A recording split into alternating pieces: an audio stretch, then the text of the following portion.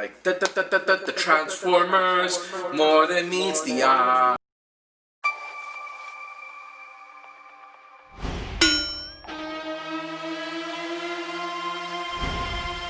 Welcome back, everybody, to another edition of Bamcomixs. I'm your host, OC, and we just finished The War for Cybertron on Netflix. Transformers: The War for Cybertron is a new show on Netflix, so I'm just going to give you the quick rundown and review of this. And to all of you guys who are new to the channel, please hit that subscribe button and that notification button for the latest news, updates, unboxings, and reviews. And thank you very much. So let's get into the show.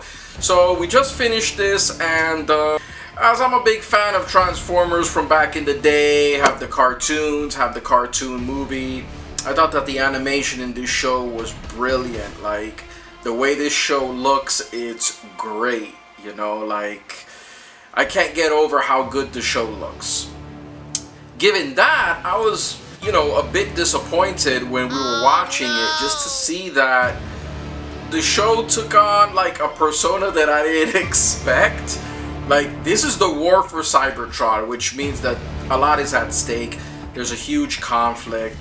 And watching it, I was like, man, like, I mean, I'm not going to expect the Transformers from my youth, but this was a different level. Now, there's so many things I could say about it, but just namely that I didn't enjoy this show at all, you know, and it pains me to say that because, as you can see, I'm a big Transformers fan. I love Transformers. It's like, I was waiting for this show for a while. Ever since we announced it, I was waiting for it. And the first episode, I guess, was okay. You know, each of these are about 22 minutes in length, and there's about 6 episodes. There's supposed to be a trilogy of shows, so you have Chapter 1, Chapter 2, Chapter 3. So aside from the animation, which was very good, I was like, guys, this show is dark. Okay, like, I get it's a war, but you know, there's really hardly, you know, no humor in this show. I mean, no aspects of it that really pulled me in terms of having a fun time. You gotta remember, Transformers, this is a kids show. And yes, a lot of us that have followed the series since, you know, we were kids and we've grown up now, a lot of times the franchises don't grow up with us and they change to accommodate a new generation. But watching this show, I think it was halfway to the point of episode 2, I started really getting bored with it. Number one, the show's Transformers. These guys, they transform, okay? And there wasn't a lot of transformations happening in the show. They're involved in a war, which felt more like battles. Didn't really feel much like a war to me in terms of watching it unfold on screen. But, oh my god.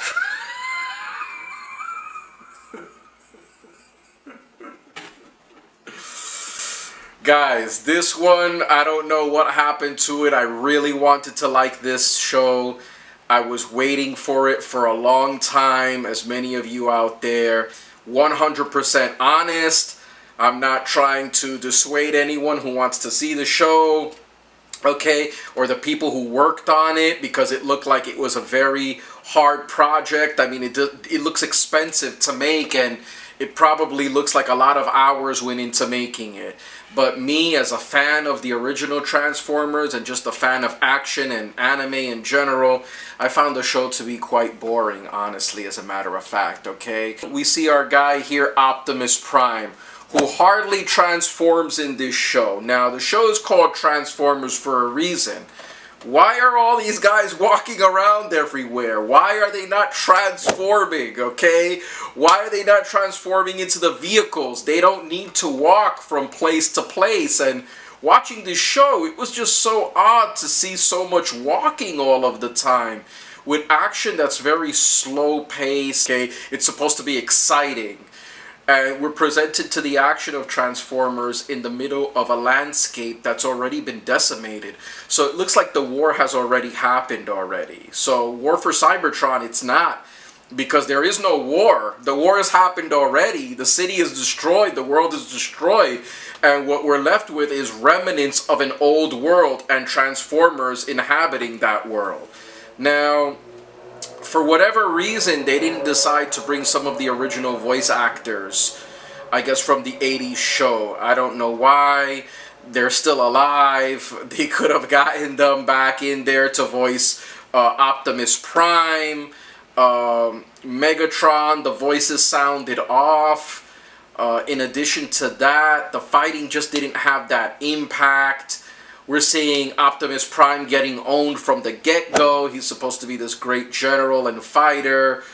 And I mean, I understand that they're robots. They're heavy, but everything was just so slow. And I'm talking about especially the pacing of it.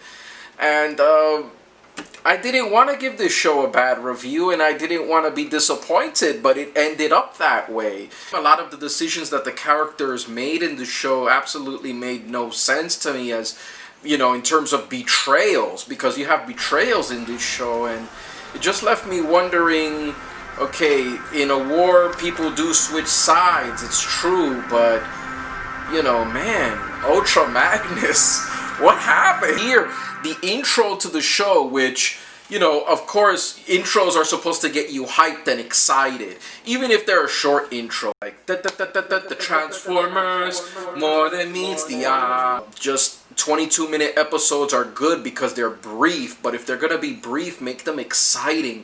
So I hope that you guys enjoyed this review. I'm going to give it a 2 out of 5 stars. And the reason I give it a 2 is solely the writing.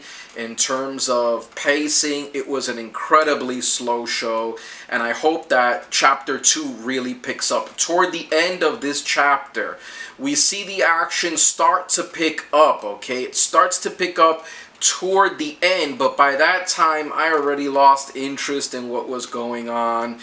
I mean, they were after an artifact that was going to go ahead and deprogram the Autobots to be Decepticons, and then it went off on a tangent of its own with zombie robots. And, you know, being dark in a show is not a bad thing, but you need to have some moments of levity. You need to have some breaks in the action where, you know, you can just laugh at least a little bit and just be entertained by it. Like, the Transformers, more than meets the eye. None of that stuff, guys. You just get a quick 2 or 3 second intro. Anime, man. Like, where's the music, man? Like, you're fighting? Throw some music in there. Where's the action? You're gonna action? It's so slow. Like, you're shooting lasers, things are exploding. This is a war, guys, a war. And in war, things explode. I want more destruction. It's the war for Cybertron. It's not the battle. And the war has already been fought. A lot of empty, gray landscapes, backgrounds. You know, a lot of copy and paste with robots. Megatron is speaking to the world of the city. There's nobody in the city. It's an empty city. I think at one point I heard one of the robots say, pull out. Which was weird because they always say, roll out. Autobots, roll out. No, you don't get that here. You get a very sad, moody, dark, depressing Transformers. And so, you know, we're at the end road. This is the end of, looks like the end of the Autobots. And there needs to be some hope, right? We see that with Bumblebee. So there's some things that the show is grasping at that, you know, I just think that, like, they're there, you know, but there's that extra little push that to me it was just missing. And a lot of the dialogue to me didn't have that emotion. I think it's the new animation style. Their faces are not as expressive. So guys, tell me what you thought in the comments below if you really like this one.